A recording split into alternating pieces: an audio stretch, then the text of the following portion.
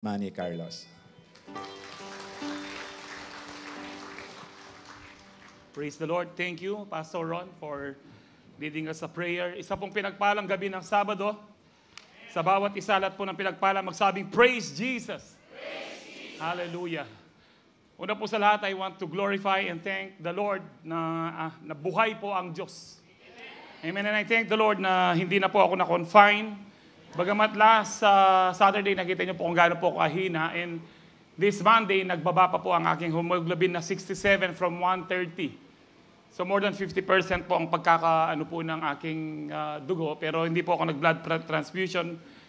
And hanggang Wednesday, actually po, no, binasakaso lang ako ng misis ko. Pero nag-attend po ako ng Wednesday night kahit mahina. Because I know, ang Diyos po natin ay buhay.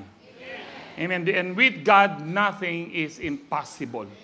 Amen. Kaya nga po, bakit kayo nandito, pinili kayo ng Diyos upang pagpalain kayo, upang malaman nyo na buhay ang Diyos sa Calvary. Palakpakan po natin ang Panginoon. And I thank you po, salamat po sa prayers nyo because really, prayer works. Prayer works po talaga. Kaya nga po, ngayong gabing ito, last Saturday po kasi medyo maaga ako natapos, ngayon po babawi ako. Hallelujah. Nasa Fighting Faith series po tayo. Ito po ang binigay ng Lord sa atin since December na pinagpe-pray ko po ito. Because sabi nga po ni Bishop sa amin kahapon, there are faith na hindi lumalaban. Ang kailangan po nating pananampalataya ay yung lumalaban. Hindi natatakot, sinisipa si Satanas sa ating buhay. Kasi kapatid, lumaban ka man o hindi pwedeng hindi ka patayin ni Satanas. Hahanap po siya ng pagkakataon na masira ang buhay mo, mapatay ka sa iyong buhay. Bakit hindi ka pa lumaban? Ikaw ay anak ng Diyos.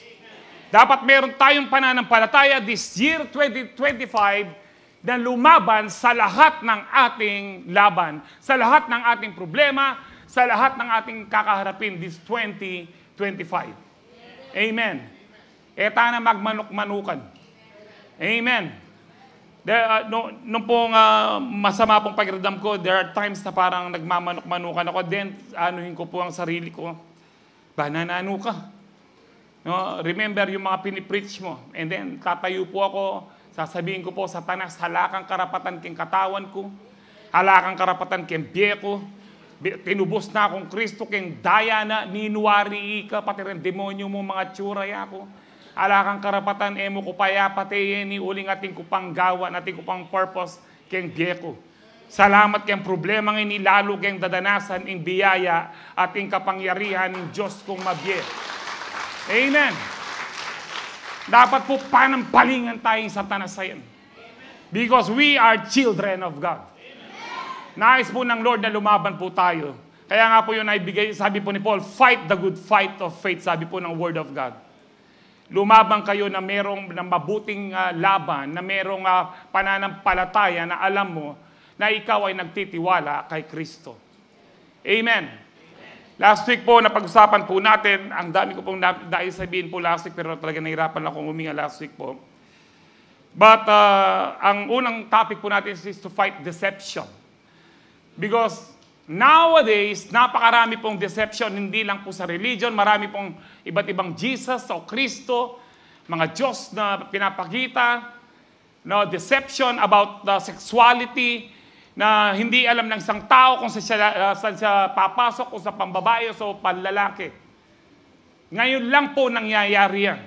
Na-confuse po ang mga identity ng mga tao. There are so many deceptions, no? Alam niyo po, the problem with deception, alam niyo po ang problema sa deception? It is deceiving. Ang problema po sa deception, nakakapanlinlang. Even the elect, even the Christians, sasabihin na po ng Panginoon. Kaya na it's very important na talaga pong naka-rooted po tayo sa Word of God. Lagi tayong connected sa Holy Spirit. Amen po ba? Because we are living in the last of the last days. And tonight, ang pag-uusapan po natin, faith that fights temptation. Marami din pong mga temptation ngayon Now, temptation is an invitation to sin. Temptation is not a sin, but to give in or yield to sin, it is a sin. Kapag tukso pa lamang ho, hindi pa ho yan, hindi pa ho yan kasalanan. When you struggle with something, hindi pa ho yan kasalanan. Si Kristo, tinukso din po. Na una, yung pagkain. Gutom ka, if you are the Son of God, turn this stone into bread. Alam po natin ang nangyari, tinukso po siya ni Satanas, pero hindi siya nag-yield. You know, ang intention po ng kaaway sa temptation is for you to be destroyed. But sometimes God allows temptation for us to experience the power of God at para sa iyo makita mo kung tunay kang ang Kristiyano. Amen. Ang anak ng Diyos, si Kristo mismo po, pinayagan po. He was led by the Holy Spirit, 40 days, 40 nights, naka-fasting po siya, and he was led by the Holy Spirit to be tempted. Ang Holy Spirit po mismo. Nasa Matthew 4 po yan. Hindi po tayo exempted sa temptation. Kung meron kang struggle, kapatid, halimbawa po, no, yung iba ho kasi, sa mga mahal po natin ng mga LGBT, mga kababayan, mga homosexual, mga bakla, tomboy, mahal po natin yan. Kung halimbawa po, kung kayo meron gano'n, nag-struggle pa kayo, lalaki kayo, parang na-inlove pa rin kayo sa lalaki, hindi ho yan kasalanan. Basta't hindi nyo minemeditate. You are not giving in sa iyong meditation, lalo na sa iyong gawa. Yung iba po, para po yung mga straight, halimbawa po, ang lalaki po, marami po sa ating mga lalaki, sometimes we get attracted po sa mga magagandang babae. Lalo na kung yung suot po niya, sexy. Pero hindi pa yan kasalanan kung hindi mo yan titignan ng malaswa. Yung iba po, limbawa po, kung kahera kayo, nag-struggle kayo na parang gusto mong mangupit ng pera, hindi pa ho yung kasalanan hanggat hindi ka nag-give in. Naintindihan po natin. So temptation is not a sin. But temptation, it is an opportunity for us to grow at matalo si Satanas. And our God be glorified sa ating mga action po. So let me begin with Hebrews 12:4. Sabi po dyan, in your struggle against sin, you have not yet resisted to the point of shedding your blood. Heavenly Father, we thank you po sa kalakasan po ng bawat isa na binigay niyo po. Salamat po at hindi po aksidente na ang bawat isa sa amin na nandito, maging po sa mga first-timer po namin, maging yung mga nasa online po ngayon na nakikinig, nanunood, wala pong aksidente sa inyo.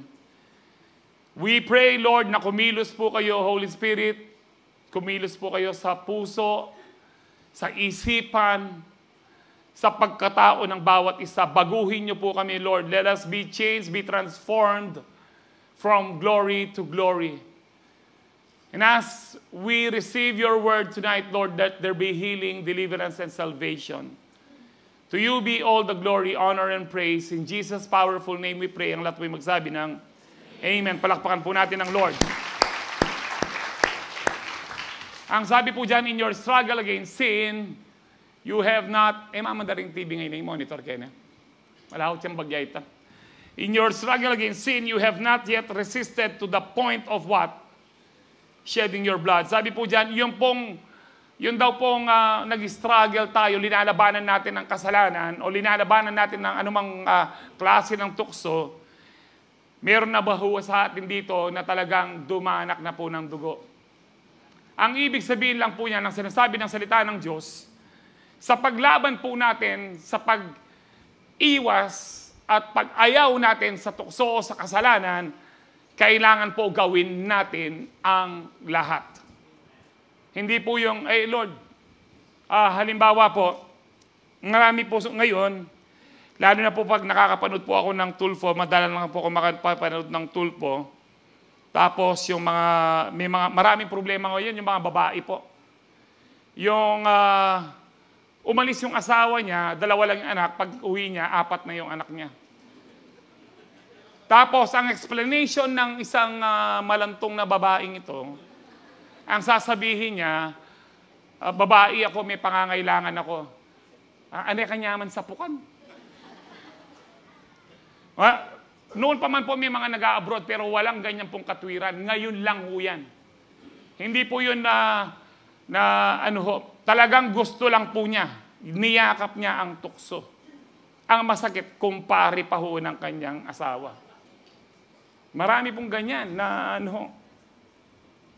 Bakit po? Kasi po, may mga kasalanan, sa mga kasalanan po yung mga tao po na nagmamatuwid, gina-justify o tinutuwid pa nila yung kanilang pagkakamali, instead na magpakumbaba at humingi ng tawad, nangangatwiran pa ang mga demonyo. Kapag tunay kang Kristiyano, nagkasala ka, huwag ka ng mga tuwiran. Humingi ka lang ng tawad. Amen. Alam niyo po minsan, nakakausap, meron po tayong nag-attend na judge dito, si Judge Pangilinan, bagamat retired na siya. Kapag nakikipag-fellowship po kami ni Pastor Jun sa kanya, minsan ay tanong ko, paano judge kapag nangangatwiran yung hindi, sinasabi ko, kapag ang isang akusado nangangatwiran, lalong bumibigat daw po yung kaso niya. Mas magaan sa isang akusado, lalo na kung maliwanag daw po yung kanyang kasalanan, na aminin niya, mapapagaan. Batas po ng tao yun, lalo na po sa Diyos. Hindi yung Lord kasi si Eva di ba? Mula noon po nagturuan na. Hanggang ngayon po nagtuturuan. Hindi kaya lang ako nagginit ng ulo, kaya lang ako nagkasala kasi ikaw Hindi po mawawala po yung tukso na uminit ang ulo mo, magkasala ka, pero ang tanong kung ikaw ay mag-give in sa mga temptation. But for us Christians, ayaw po ng Lord na mag-give in po tayo because once you yield to temptation, nagpailalim ka na kay Satanas. In other words, your master, your Lord, ang Panginoon mo ay si Satanas na. Kapag nag-give in ka sa anumang klase ng tukso. Ay, total, matagal na ako hindi nanonood ng pornography, manood muna ako. Ang tunay na Kristiyano, diretso po yan. Hindi yung pag may okasyon. Nandiyan pa kasi nung Pasko, may mga kakilala po kami. Pasko, New Year. Kristiyano, matagal nang hindi umiinom. Pero dahil nasabihan ng mga kamag-anak, may okasyon naman, tapetula na. Sabi ko kaya yan, may nga pa kanyang kaya, may sunya may opera po ang kain. Pero natutunan po niya na anumang dapat, may okasyon man o wala, dapat ikaw ay Kristiyano. Amen. Hindi natin hinuhubad ang pagka-Kristiyano. In other words, hindi mo hinuhubad si Kristo. Dahil si Kristo, hindi po siya pinapalitan. Kapag ikaw ay na kay Kristo, diretso. Amen. Kaya nga po ngayon, pag-usapan po natin temptation pong yan. Ang temptation po dito, in the Bible, ang temptation, hindi lang po ito temptation to give in to sin, but temptation to give up from your problems. Yung ayaw ko na, Lord, ang daming problema, hindi na ako, mga temptation po na to doubt God, the temptation na to fear, hindi lang po about immorality or wickedness, but temptation na ikaw ay mag-give up na sa iyong buhay. That is also temptation. Bibigyan ka ng problema ng dyablo for you to give up or for you to fall into sin. Pero ang Lord, i-allow niya yan kung ano man ang ibibigay na problema ng dyablo sa iyo for you to experience the power and the grace of God na ang Diyos hindi kanya iniiwan at hindi kanya pababayaan kailanman. Amen. Kaya nga po, unang point po natin, to have a faith that fights temptations, you must, number 1, watch and pray every day. Very basic, but very important. Magbantay ka. Ano ba ang araw-araw po, whether you like it or not, araw-araw, nakabantay ang mga demonyo ni Satanas sa atin. Naghihintay po siya ng pagkakataon upang tayo po ay masila. Pagkakataon kung ano yung mga i-declare mong negative sa word mo, that will be an open door sa mga demonyo. Pagkakataon kung ano man ang gawin mo, that will be an open door. Kung mali ang mga ginagawa mo, that will serve as an open doors para mga evil spirits ay makagawa sa buhay mo. Every time we fail, every time we choose to make mistakes or to fall into sin, hindi tayo kine-curse ng Lord. Tayo po mismo ang nagbibigay ng permission sa diablo, the way we think, the way we speak, and the way we act. We give the devil permission.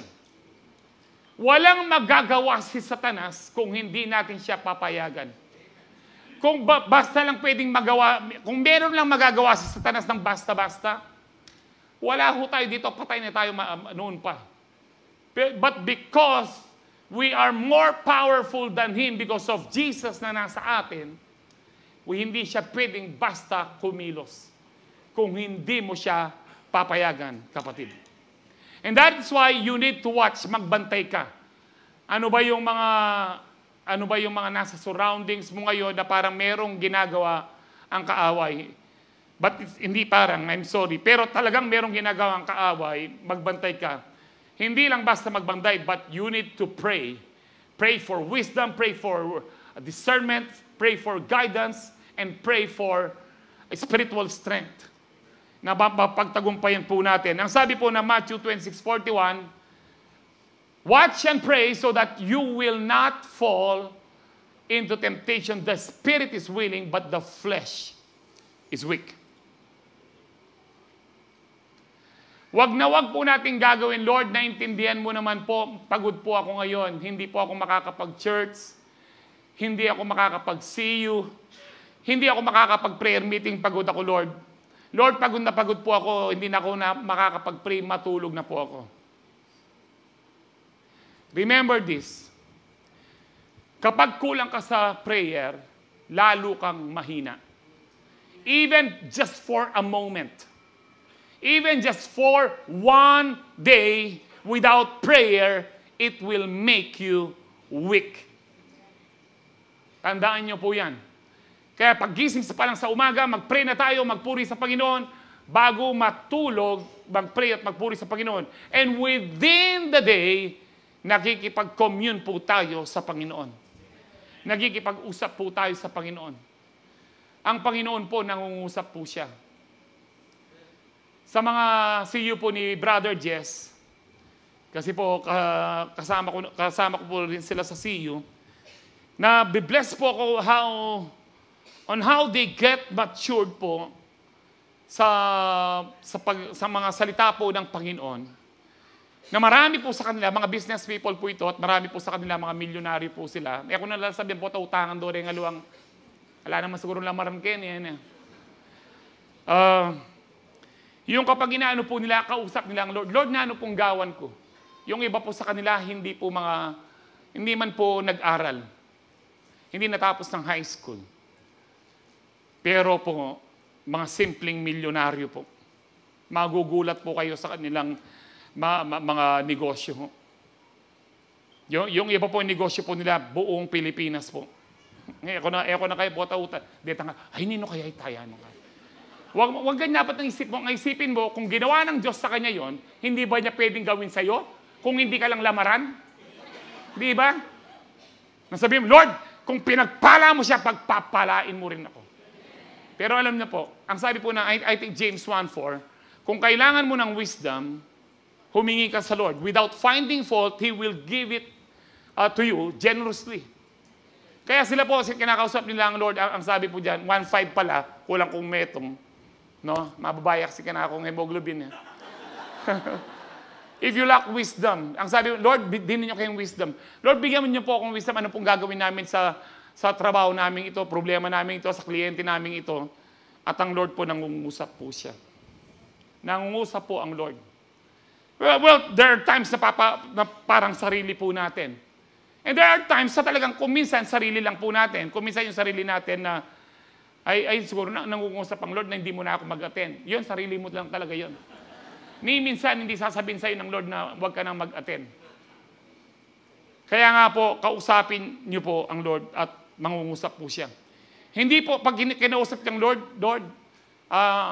ano po ang gagawin ko? Hindi sasabihin ng, magpapakaksabihan, busy ko. Ano po sabi po ng Jeremiah 33:3? Call unto me, and I will answer you. I will show you great and mighty things na hindi mo pa alam. Yung mga sikreto sa business, sikreto sa trabaho, sikreto sa healthy family or relationship, i-reveal sa iyo ng Panginoon. Ang Diyos po hindi siya suplado. Kapag kinausap mo siya, hindi mo kamukha kung minsan wala kang panahon sa Kanya.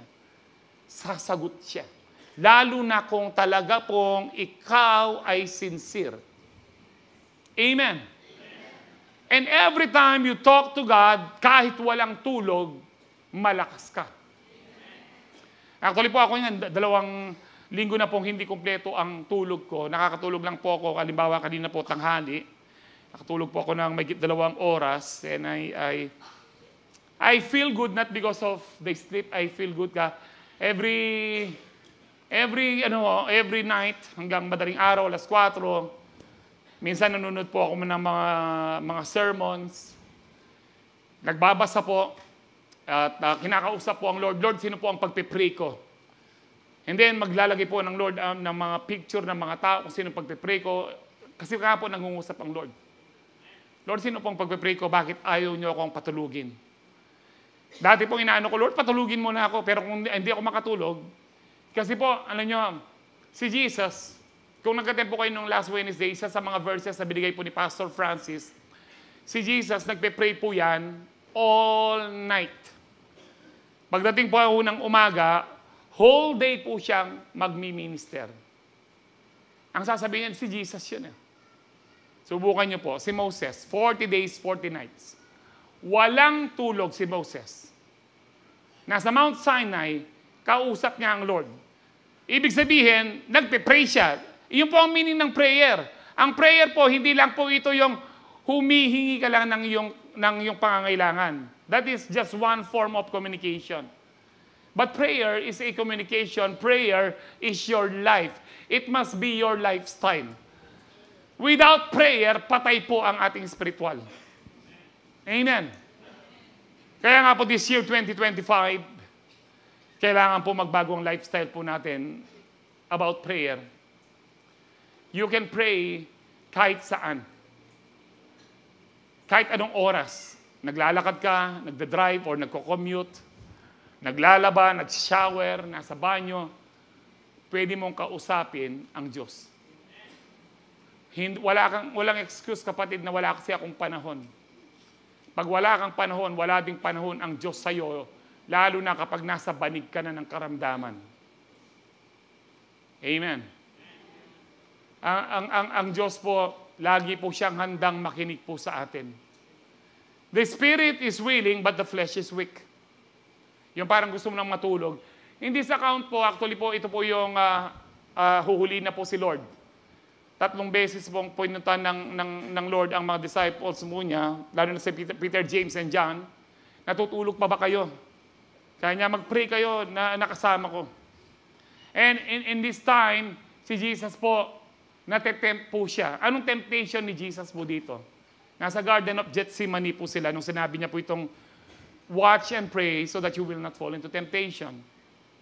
Ang temptation niya is to give up. Ayaw na niyang pumunta ng krus.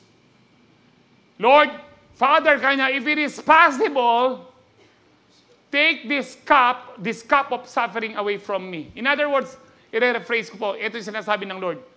Ama, pwede bang hindi na ako maipako sa krus? Nevertheless, Father, sabi niya, not my will, hindi po ang kalooban ko, kundi kalooban mo. 3 times. 3 times siyang nakiusap sa Father. But because he prayed, pinagtagumpayan po ni Kristo yung pong temptation na yon na ayaw na niyang pumunta ng krus. Sinunod niya ang Ama to the point of death. Nakakuha siya ng kalakasan sa prayer. Basahin niyo po ang gospel. Ang gospel po, ito po yung Matthew, Mark, Luke, and John. Synoptic gospel o pare-pareho is Matthew, Mark, and Luke. Ang John po, talagang pinakalala niya si Kristo na siya ang Diyos na lumikha ng langit at lupa. Now, kung babasahin niyo po ang mga gospels, makikita niyo po dyan na si Kristo laging nagpe-pray. Then one day, ang sabi ng mga disciples, Lord, teach us to cast out demons? No. Lord, teach us to multiply fish and breads? No. Lord, teach us to walk on the water? No. Lord, teach us to turn water into wine? No. Teach us to heal the sick? No. Ang sinabi po nila, Lord, teach us to pray. Kasi nakita po nila ang sikreto sa kanilang master, sa Panginoon po nila, na laging nagpe-pray si Jesus.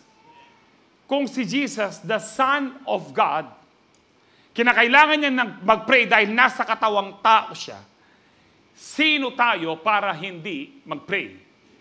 And then one day, magtatanong ka, bakit nag-fail ka, bakit nandyan ang diablo, bakit nanghihina ka? It is because tamad tayong mag-pray. Amen. Alam ko kapatid, marami sa inyo blessed ng Lord. But wala pang kwenta yan. Ang sabi ng Lord, we are the head and not the tail. Ang mga Israelites po, head lagi po sila.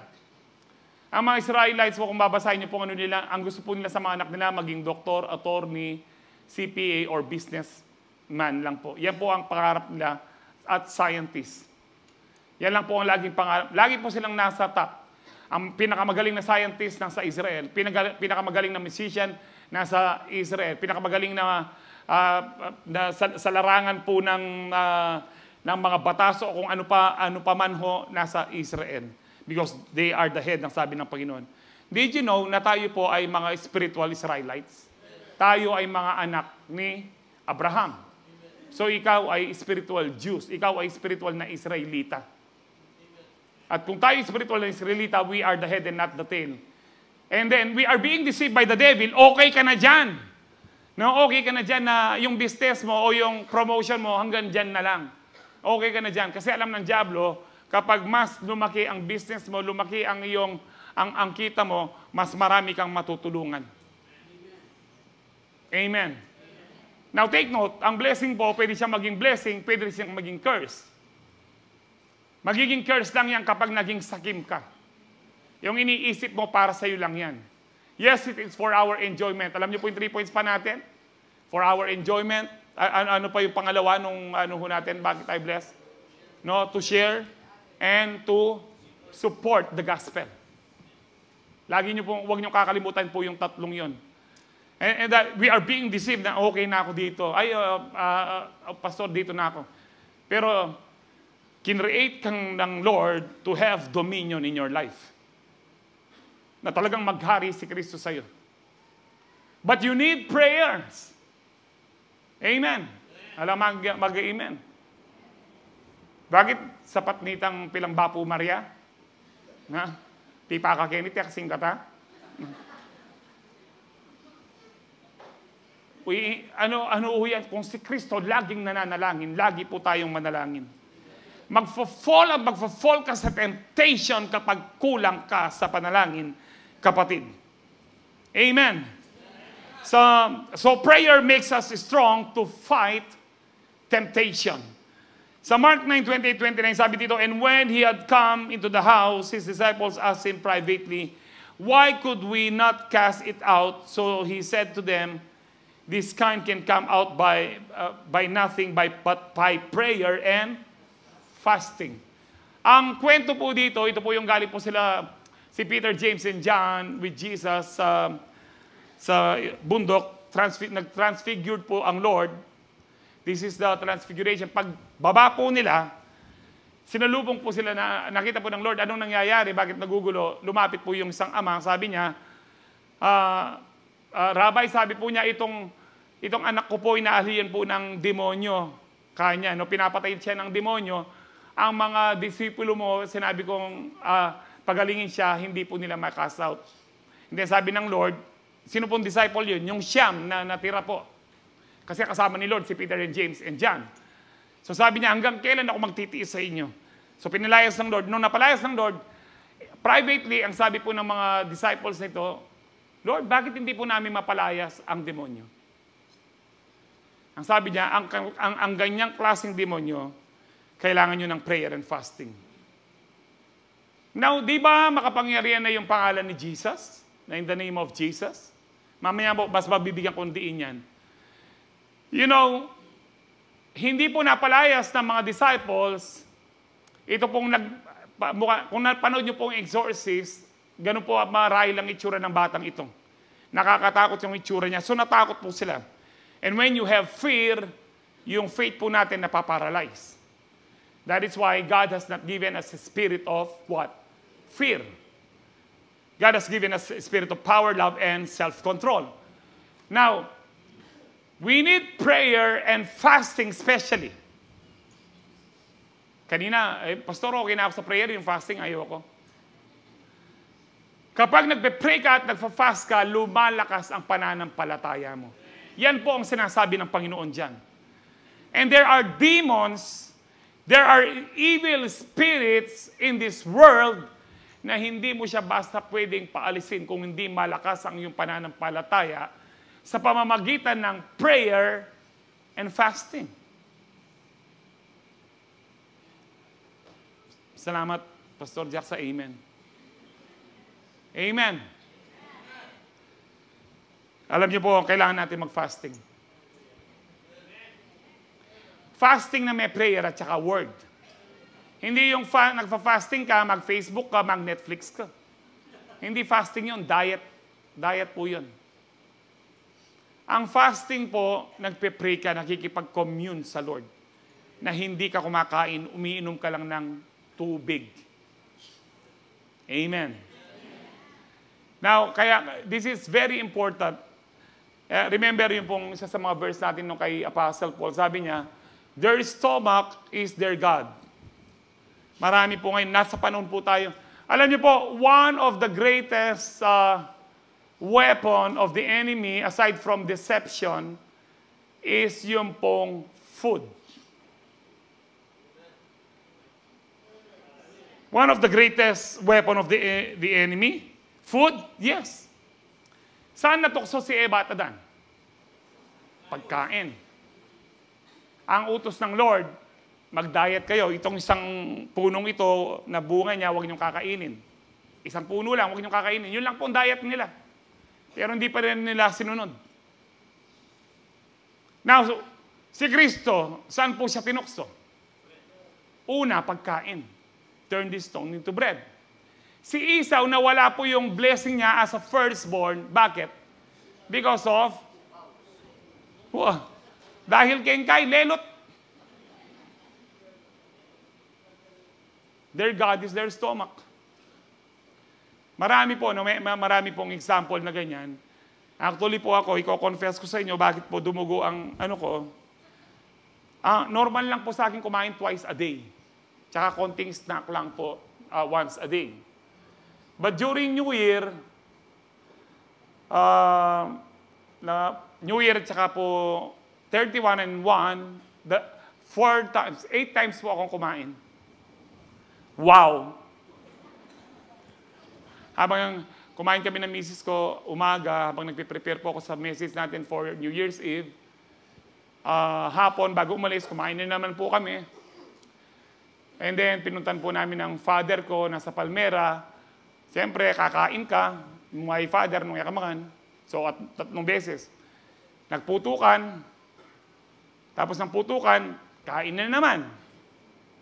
Pagkagising sa umaga, kain uli.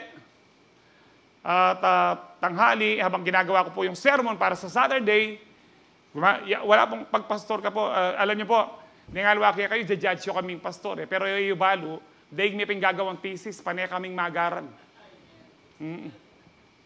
Itang, ay, lahat naman gagawin din. Pastor, mag-preach na mo ba kayo? O di magpastor ka, ba mga ranasan ditang, at maakit mo rin, demonyo kembye mo, nung agyo mo. Nung talagang pastor ka. And then, so pagtapos kong gumawa po ng so pangilan na yun, 5, no? And then, tanghali, kumain na naman po, 6, no? And then, natapos yung sermon, nagising ang misis ko, alas 7 na, January 1 po yun. Sabi niya, ba't di tayo alis? Di, alis tayo. Umalis naman po kami at magpunta sa, nakikain na naman sa mga kamag-anak po niya. And then, pag uwi na naman po, pang 7 na po, pang 8, we watch movie, kumakain hanggang madaling araw. Dahil pagod na po ako, dati po kapag busog po ako, nagte-treadmill muna po ako para mag-birth po ako. Matunaw. Ayun. 2 o'clock, natulog. 4 o'clock po, nagdudugo na po ako. Meron po kami kakilala dahil unlimited steak. Kumain na kayo ng unlimited steak. Sa Marisol po, maraming unlimited. Sa Marisol po siya kumain na ng unlimited steak. Uy, tamete, kinabukasan. Pero yung Year's Eve po yun, nakapag-attend pa siya, binili ko po siya ng white po yung natin nun. Sabi niya, Pastor, inanong mo na, wala na ako pang panyalingkayan. Salida kang malan ka. Sa hindi kaya pang malan na ako, branded siya pa, king SM. Sinuot niya, sabi niya, para mo akit mong sinulot kitang binye mo. Pero tapos po nun, buli na ako, Pastor, kanya. Mahuhospital na pala siya. Ngayon pala, hindi niya sinabi sa akin na kumain siya ng unlimited steak. Alam niyo po yung pagkain, Pachemabsi, naka-okay na.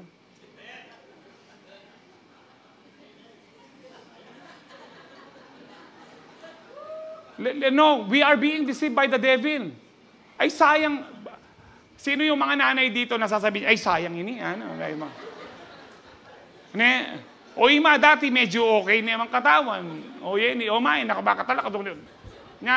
Di ma, maging lumba-lumbala, di ma. Mas sayang po yan kung kakainin mo at hindi na kailangan ng katawan. Wala, ganyan talaga. Pinagpapala ka, ibigay mo na lang sa aso o itapon mo.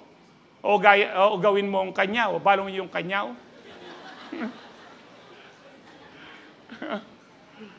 Ito man, aldea kanya na Tagalog. Ito ba, anong kanyaw? Iyan po yung isang sa temptation po. But you're praying, tatanong mo ang Lord, ito Pastor Riz, napayagan mo ko na. Kasi may itong yakaripya ka, masikan mga antiyakan niya. Maganda po kasi yung testimony niya sa akin kahapon. Sabi niya, Pastor, sabi niya, Lord, bakit tumaas naman yung presyon ko?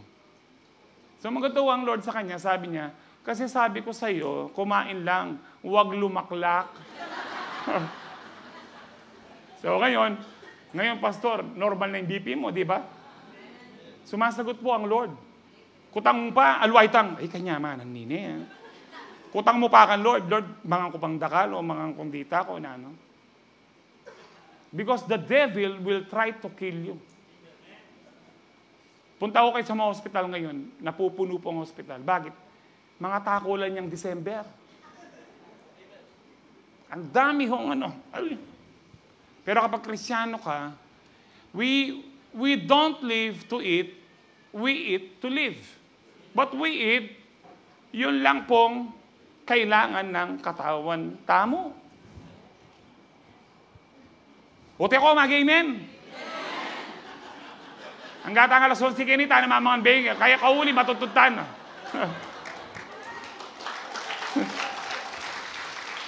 Inka ng tana mo, Holy Communion.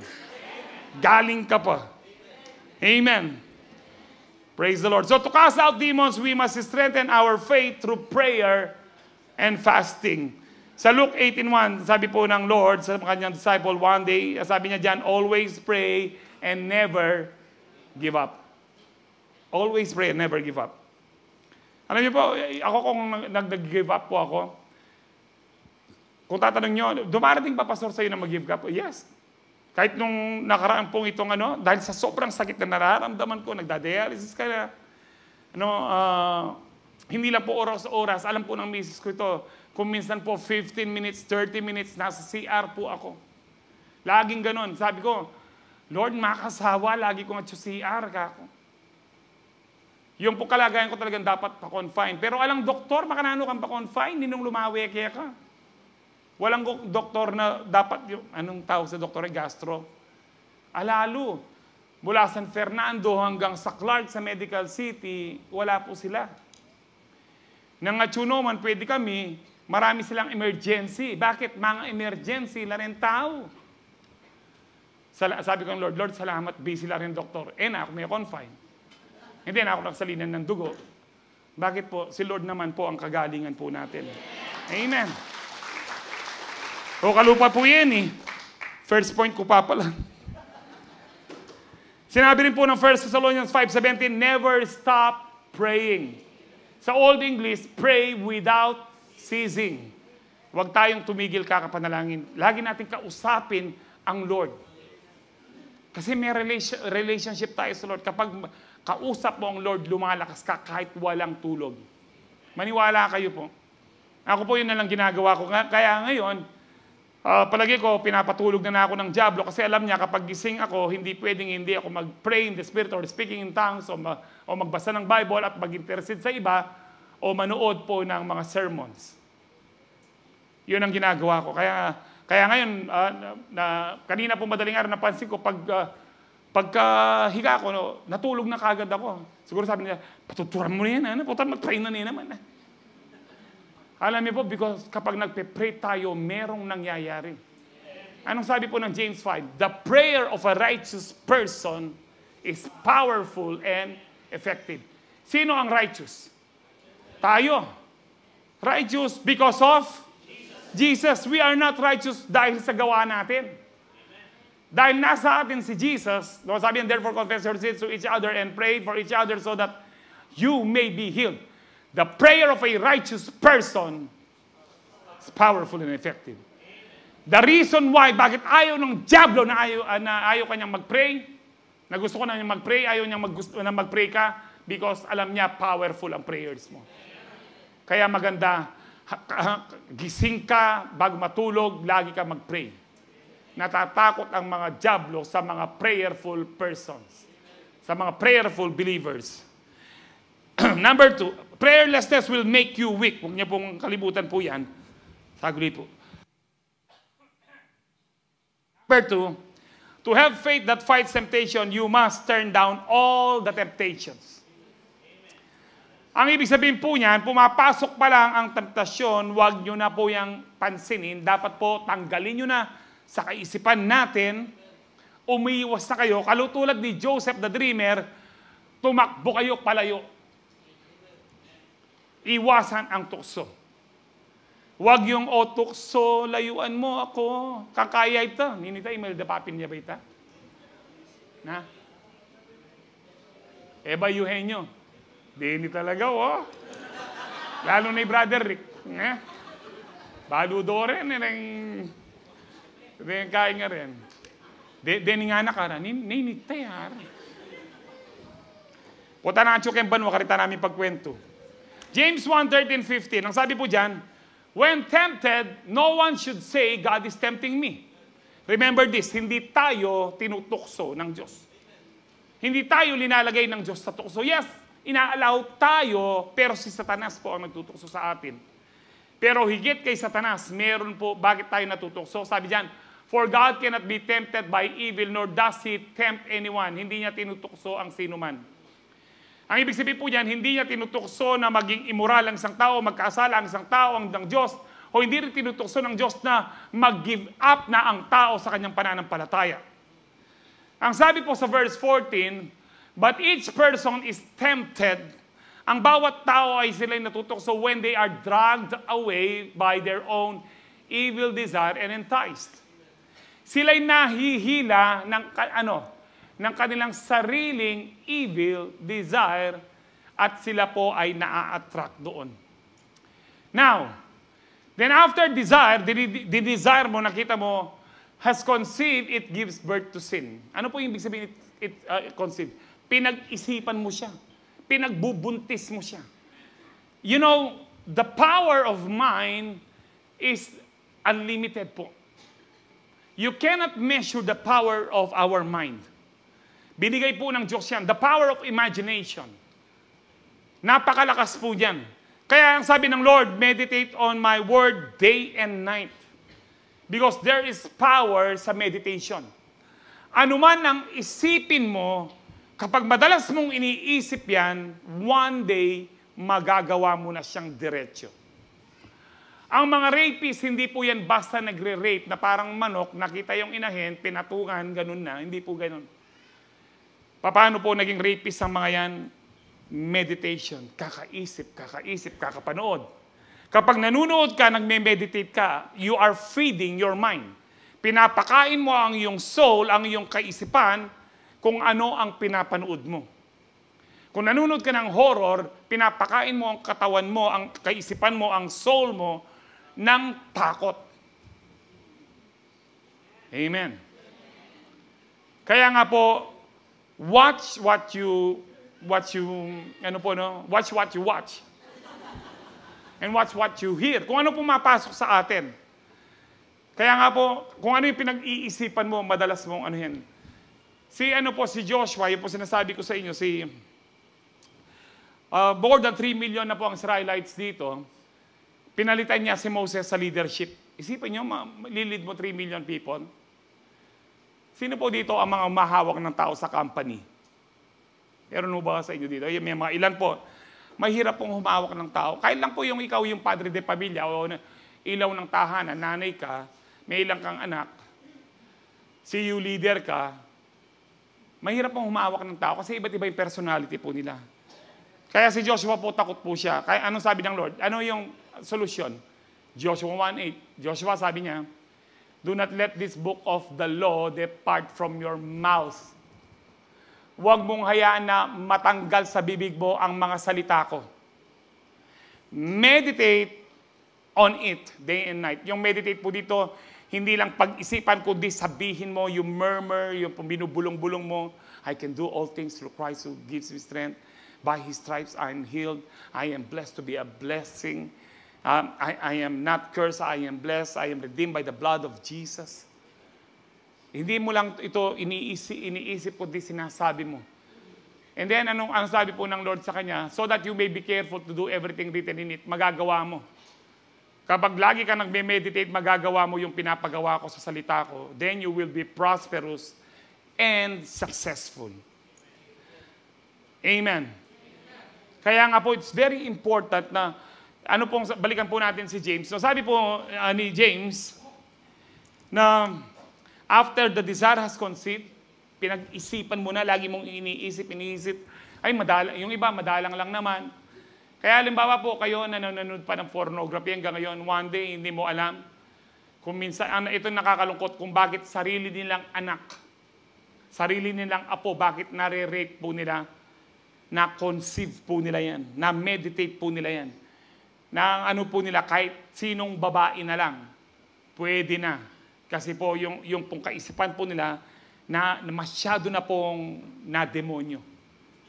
Masyado, yung pong pinagbuntis po nila, no, at one day, nagawa po nila, sariling anak po nila, renape mismo. Kung minsan, yung isa sa mga balita po na 2 years old, ganun po karumaldumal, ito po yung nagagawa po ng isip po natin. Huwag niyong isipin na, okay lang to na manood ako ng ganito, maganyan.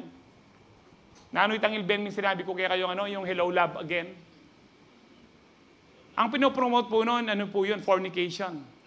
Sex before marriage. Huwag kayong pa-deceive kay Alden. Magkapandaramdaman. Di po tala na ako bakit panyer mo nan? Huwag kayong pa-deceive sa, panuorin ko ito, kayo. Lalo na kayong mga babae, mahilig kayong kilig-kilig. Mimi na kayo mo, bangin ako kikilig. Kung manunod po kayo, Christian movie, The Forge. Amen. One day, I think siguro this coming February, papapanoorin po natin ng The Forge dito, libre. Kung hindi nyo po, dito sa widescreen po natin. Libre po, one Friday night. Amen. Mag-invite po kayo ng mga unbelievers. Nino ng Menalbekia kayo? Kami hindi pa, baka mamaya kami manunood. Manood tayo mamaya. Sabi ni Nice, manood tayo. Wala mo kami mga dadwakin. Now anyway, so, after desire has conceived, it gives birth to sin. Hindi pwedeng hindi ka magkakasala kapag yan ay lagi mong iniisip. It's very powerful. Kapag sinabi mong gusto mong maging successful, lagi mong isipin successful ka na. Kung ikaw ay nag-aaral, estudyante ka, kung engineering ka, isipin mo, engineer ka na. Kung magdoktor ka, isipin mo, doktor ka na by the grace of God. Kung nagpe-pray ka ng bahay, isipin mo na yung bahay mo, i-meditate mo na, Lord, thank you sa magandang bahay po namin. This 2025, i-meditate mo yung goodness ng Lord. Na ang lais ng Lord sa iyo, pagpalain ka. And when, sabi diyan, and sin when it is full grown, pag sobra ka na. Hindi ko alam kung ano po yung sobra sa Lord.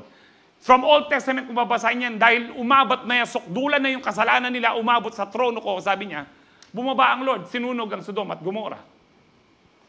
May mga kasalanan pong, pag sukdulan ng kasalanan, ang sabi po diyan, it gives birth to death. Walang once saved, always saved.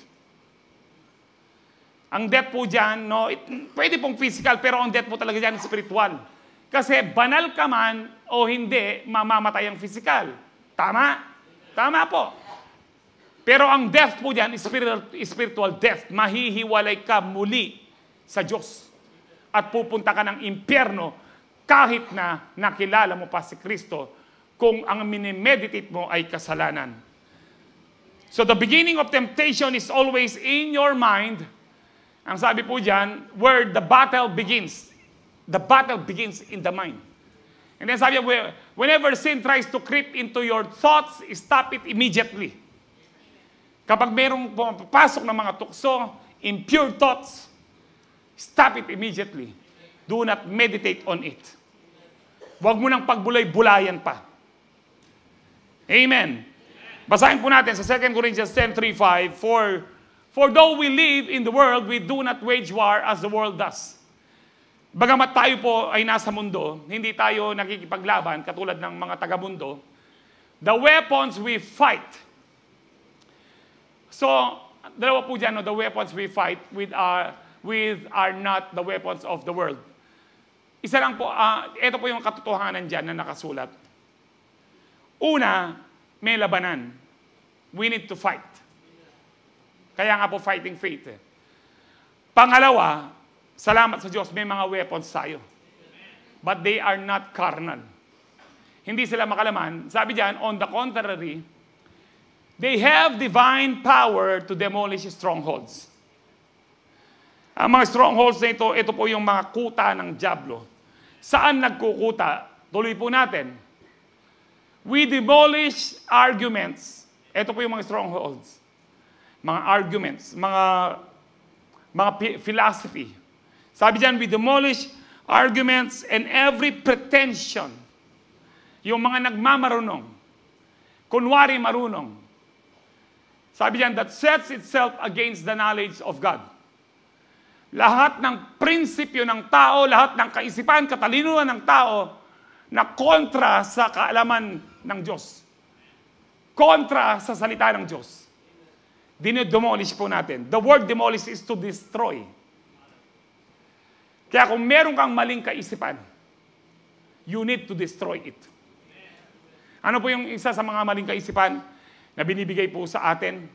Di ba lang na akong time yan? Kasi sabi ko, lason sita mo.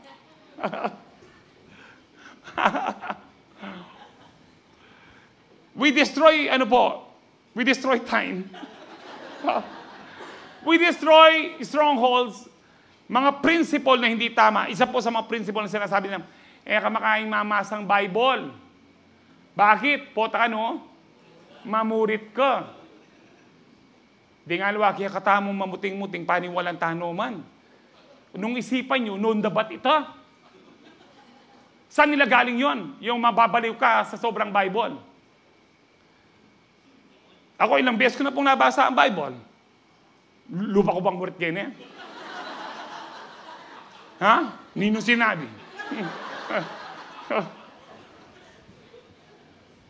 Anti-Crispin na po, Basilio. Ano pa, yung pong mga prinsipyo ng tao, pag sobra kang simba, baka lumagpas ka daw ng langit. No ka rin dambatit hading lamaran. Kay pati katamo, na alang balwag yung Bible, paniwalan mo naman. Wapin pa, minsan-minsan dapat marok ka. Kaya yung iba, paniwalang daniman nitang, yung isang awit ni, na nagita, ang gusto kong lalaki ay maginoo pero medyo bastos. No ka rin na batita. Maginoo pero medyo bastos. Kaisipan po ng tao yan na kontra sa salita ng Diyos. Kung ikaw ay single, bibigyan ka ng Diyos na isang lalaki o isang babae na maka-Diyos. Amen. There are so many principles na hindi po tama. We demolish them. Ano pa ho? Yung hindi ka nagagaling. Nasa kaisipan mo. Kasi marami ng ganyang karamdaman na namatay. Pero ang sabi ng Panginoon, sabi ko nga sa misis ko, hindi, wala ito kako, walang kwenta, uwi na tayo, joke ako. Mulita na yan ako. Nung walang doktor, di mulita na. Hindi pa tayo pinabayaan ng Diyos kailanman kako. Hindi minuli kami. Last week po yun ng Thursday. Uwi na tayo, hindi na ako pa-confine kako. Then sabi ko, uling Lazarus ako. Sabi ko sa misis, uling Lazarus, 4 days siyang mete. Alam niyo po yun, you need to meditate sa ginawa ng Lord. Ibig sabihin po, walang imposible sa Diyos. O diyang mete na ka, nung burina ng Ginoo na kumabeka.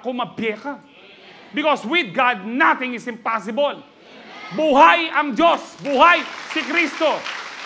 At walang imposible sa Kanya. Walang imposible po sa Kanya. Kaya nga po kung ano yung maling kaisipan natin, dapat ang kaisipan natin nakaalan lang sa Bible. Ala akong pakialam hanggang summa cum laude ka, summa cum lang buhay ka pa. Hanggang pang top notcher na ka pa ng board exam, ala akong pakialam nung ba't kang ginuyan. Tutok yan. And then sabi dyan, and we take captive every thought. Kinukuha namin ang lahat ng kaisipan to make it obedient to Christ. Yung kaisipan po natin, yung isip natin, kailangan sumunod kay Kristo. Hindi yung Lord kasi ganito, mga tuwira ka pa kang Kristo, bakit biyasa ka pa kay Diyos? Isunod mo ang iyong kaisipan kay Kristo. Yun lang ang kailangan natin para magtagumpay sa buhay po natin. Kahit anong problema, kahit kamatayan, kahit cancer, mananalo ka kapatid. Dahil yung kaisipan mo, pinasunod mo kay Kristo. Pinasunod mo kay Kristo. Kaya nga po, wag natin bigyan ng chance ang diablo. The battle, it begins at the mind. Kapag po pumapasok na sa kaisipan, ay manahimik ka. Kausto. Wala ka sa salita ng Diyos. Hindi kita tatanggapin. Sasabihin ng diablo, yan, umulit naman. Ako po, yung kuminsan, sumasakit na naman po yung sikimura ko. Sasabihin ng diablo, dumudugo na naman. In Jesus' name. In Jesus' name. Agad ko pong tinatanggal sa isipan ko yung mga negative. As a dialysis patient, ina-admit ko po sa inyo, maraming negative thoughts na pumapasok sa akin. Pero mas makapangyarihan po yung espiritu na nasa akin. I can demolish every stronghold, every arguments, every pretension that sets itself against the knowledge of God. You demolish them. Amen. Hallelujah. Pwede na ako ata mayari kin. Sa Ephesians 4:26-27, kaya pala tatiming na akong kapatid, kaya na niya. In your anger, do not sin, do not let the sun go down, sabi po dyan, while you are still angry.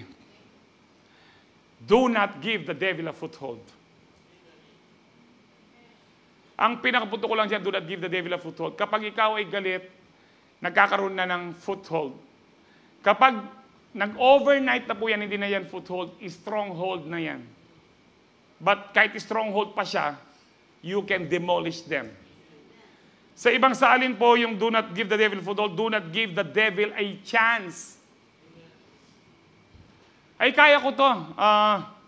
Halimbawa po, yung weakness mo, sugal, do not give the devil a chance. Ay, manalbe ko mo. Ot manalbe ka, bakit na yan? Pelikula ba yan?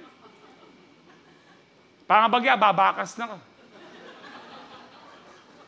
Mahili kayo, balo yung bakas. Di tangaluay, daman balo yung bakas. Kapag alam mong kahinaan mo, do not give the devil a chance. Amen? Malakas naman ako Si Joseph, hindi niya binigyan ng pagkakataon si Mrs. Potiphar, bagamat mga Egyptian po, magaganda po sila. Hindi niya binigyan. Umalis po, tumakbo si Joseph. Alam niyo po yung kwentong na born again? Dati po siyang babaero, nagbabar. Nung na born again, sabi niya, sobraya pali. Sabi niya, ibo-born again ko yung mga dating mga tinitable ko. Kanya. Pupunta ako ng checkpoint. Ano nita? Walking street. Uy, tamintaya yung lamaran. Nanong sabi na rin, oy, suki, tagal mo na wala ka, niya po ka. O sexy. Yung unang prayer niya, mag-pray naman eh. Etong prayer, Lord, cover my eyes. Uminom siya. May tukso yan. O maya-maya, dinala siya sa kwarto, tinulak siya sa yung prayer niya lang, Lord, cover my eyes, cover my eyes. Nung linundagan na siya ng babae, hindi na cover my eyes, Lord, cover your eyes, sabi niya kay Lord. Si Lord ang pinapakover na niya ng eyes. Do not give the devil a chance. Kahit po 0.001%. Huwag kayong palinlang. Yung sasabihin niyang, talaga bang kaya mo na? Di ba sasabihin ng diablo yan? Talaga bang spiritual ka na? Talaga bang born again ka na? Sige nga, pumunta ka sa barkada mo. Tignan ko kung kaya mo na silang tanggihan. Do not give the devil a chance. Kasi once na pinatulan mo yun at hindi boses ng Holy Spirit yun, nagpasakop ka, pag nagpauto ka sa diablo, siya na ang Panginoon mo. Yung kaya mo kayan, patugot kaya mo, manahimik kaya mo kayo. Ating kung aluang purpose at kung aluang gawan. O kailangan wag tayong makipaglaro kay Satanas. Wag tayong makipaglaro sa mga demonyo. Sa ERV, don't give the devil a way to defeat you. Giving the devil a foothold, giving the devil a chance, is giving the devil a chance to defeat you. So pumapasok pa lang sa kaisipan po natin, paalisin na po natin. Ang mga tukso lagi po nandyan.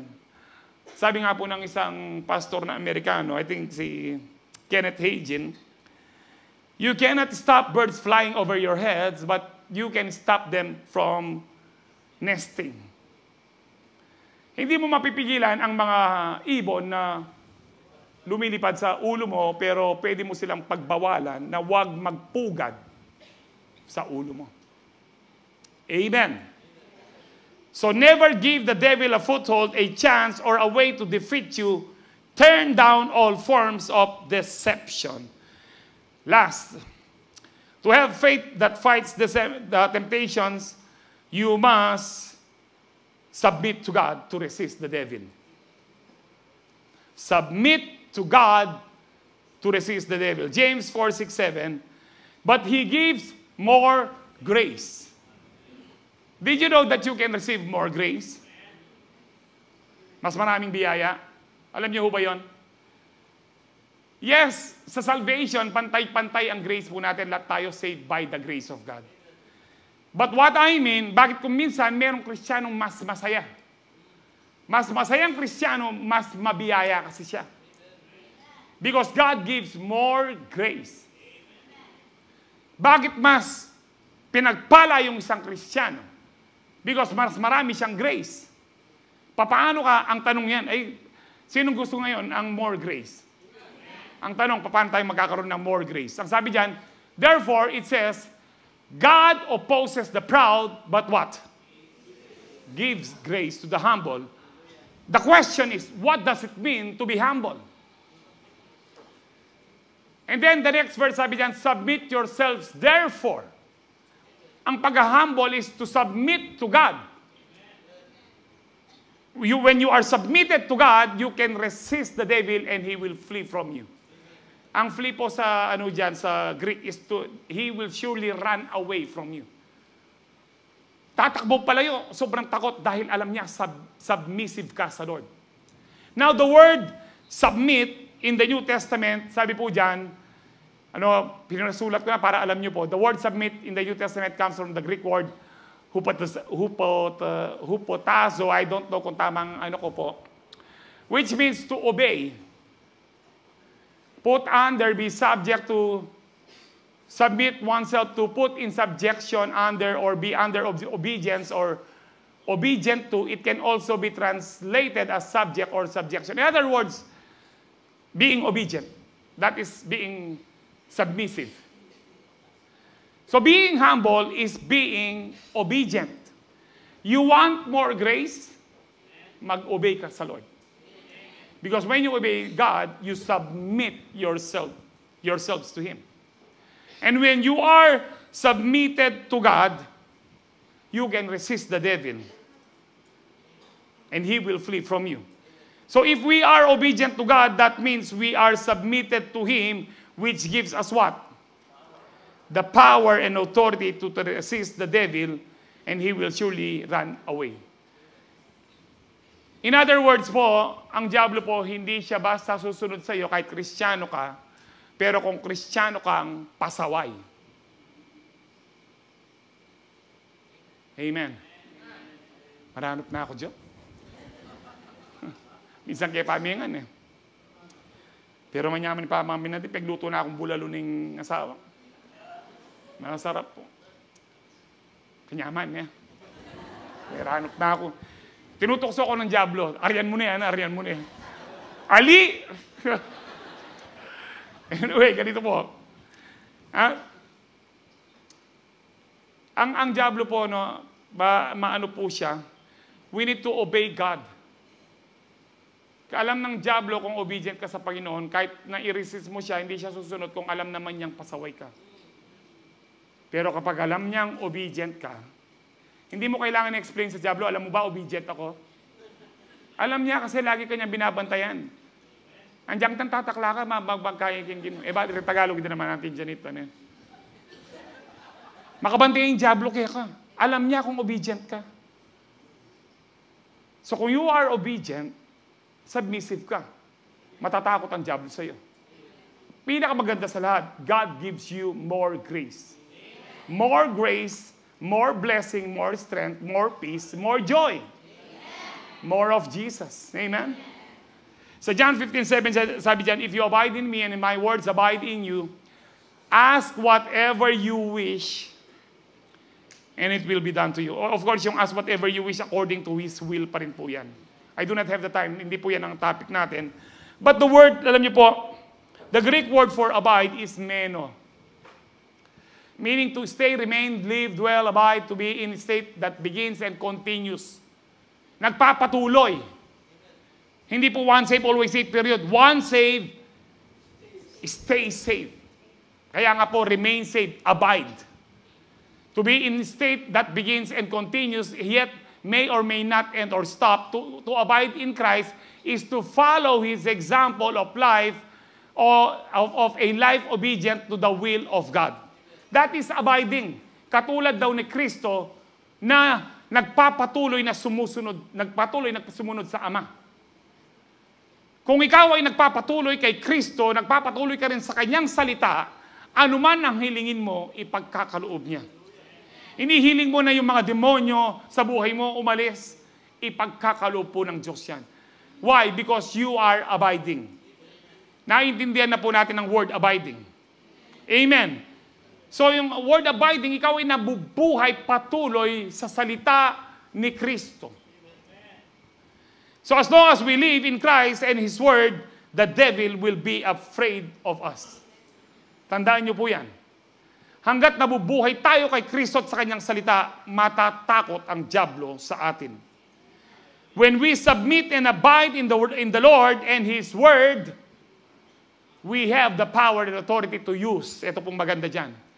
His word, to use His word as the sword of the Spirit. Nasaan po yan? Ephesians 6:17. Put on salvation as your helmet and take the sword of the Spirit, which is the word of God. Meron ka lang power and authority to use the word of God kung ikaw ay submissive, abiding in the Lord. Tandaan niyo po yan. Hindi automatic. Maraming mga relihiyon na pare-pareho pong Bible po natin, pero hindi sila sinusunod ng diablo. In fact, sila mismo ugaling diablo. Bakit? Because they are not submitted and they are not abiding in the Lord and His word.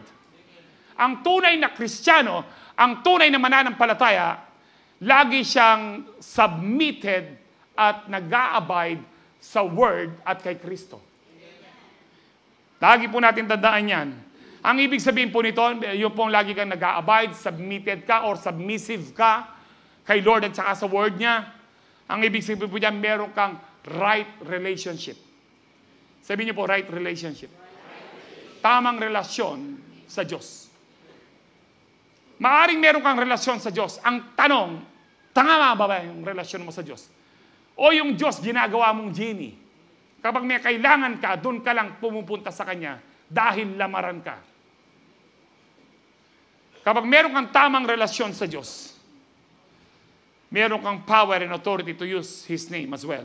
Sabi niyan, our right relationship with God through submission and abiding gives us authority to use the name of Jesus.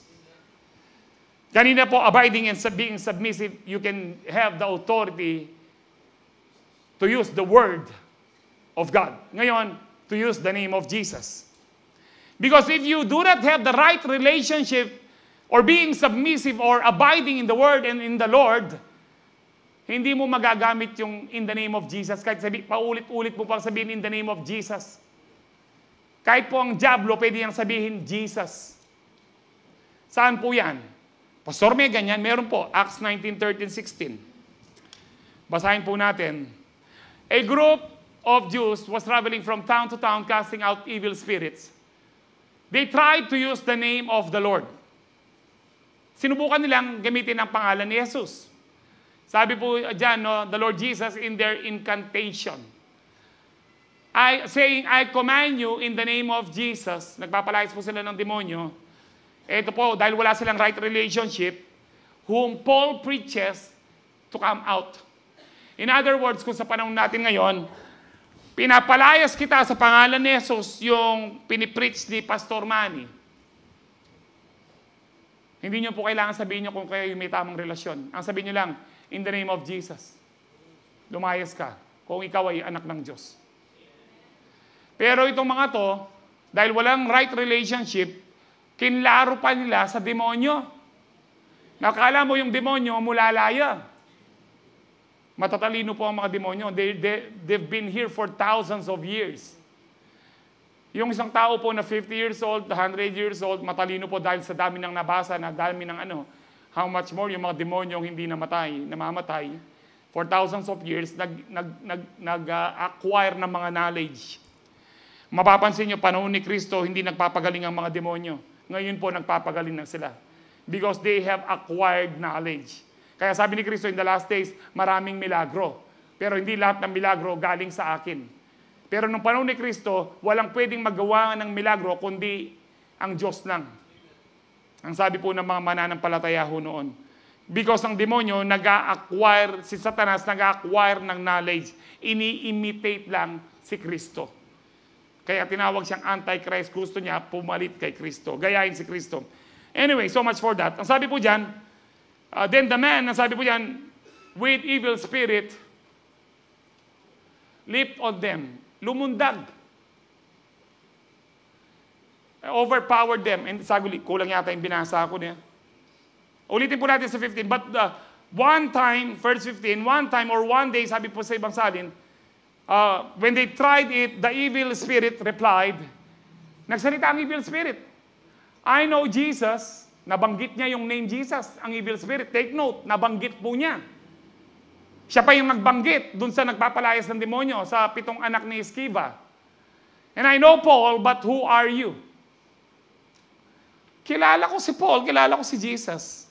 Ang sabi po ng mga demonyo, pero sino ka? Wala kang tamang relasyon.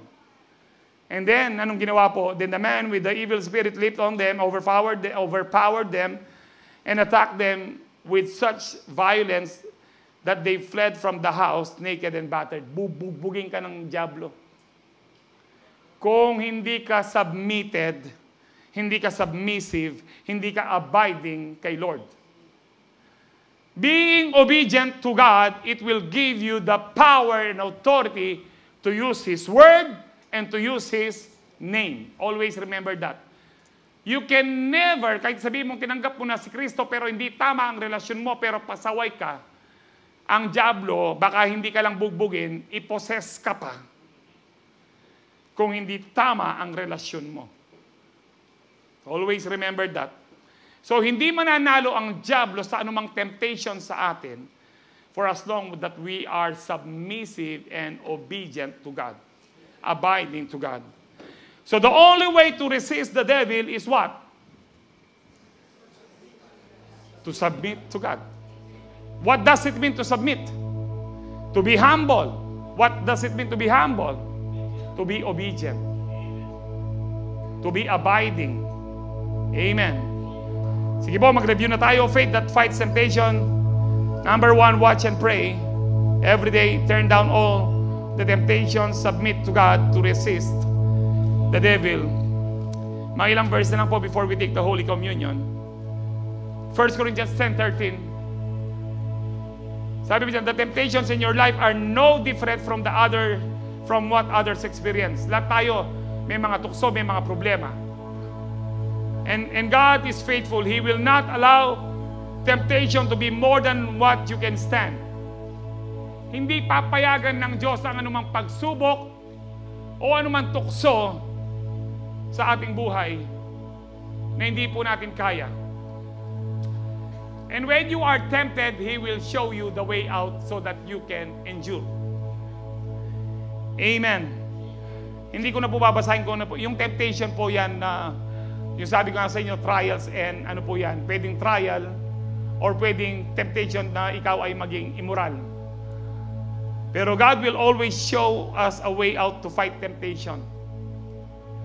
Kung minsan po, alam niyo po, nasa loob ka ng bondage of sin, pero nagbibigay na ng way out ang Lord. Nasa sa iyo kung lalabas ka na.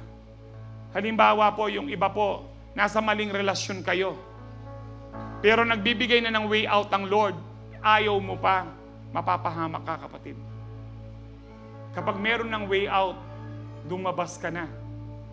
Kasi sabi ng Lord, tama na, tapos na yung pagsubok mo. Tama na, tapos na yung temptation. Tapos na yung trial. God, ang sabi po, ulitin po, balikan po natin yung sa 10:13, sabi diyan, He will not allow the temptation to be more than what you can stand. When you are tempted, He will show you a way out so that you can endure.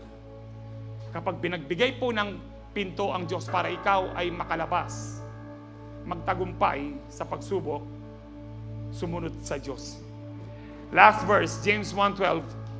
Great blessings belong to those who are tempted and remain faithful. Nanatili kang tapat kahit natitempt ka ng mag-give in or mag-give up sa mga problema, kapatid.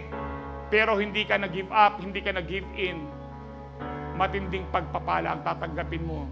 After they sabi po dyan, you remain faithful. After they have proved their faith, their fighting faith, God will give them the reward of eternal life. Walang once saved, always saved. We need to persevere. Amen. We need to fight the good fight of faith. God, sabi diyan, God promised this to all the people who love Him. Mahal ho natin ang Diyos. Amen. Magtagumpay tayo sa lahat ng tukso. Magtagumpay tayo sa lahat ng problema. Magtagumpay tayo sa dyablo. Magtagumpay tayo sa lahat ng kasalanan. So you are truly blessed when you stand firm in your faith and fight all forms of temptation. Sino po ang blessed dito? Ibig sabihin, lumalaban ka, kapatid. Sabihin mo sa katabi mo, laban lang. Amen. Palakpakan po natin ang Lord. Tayo po lahat ay tumayo. Tatanggap po tayo ng banal na hapunan.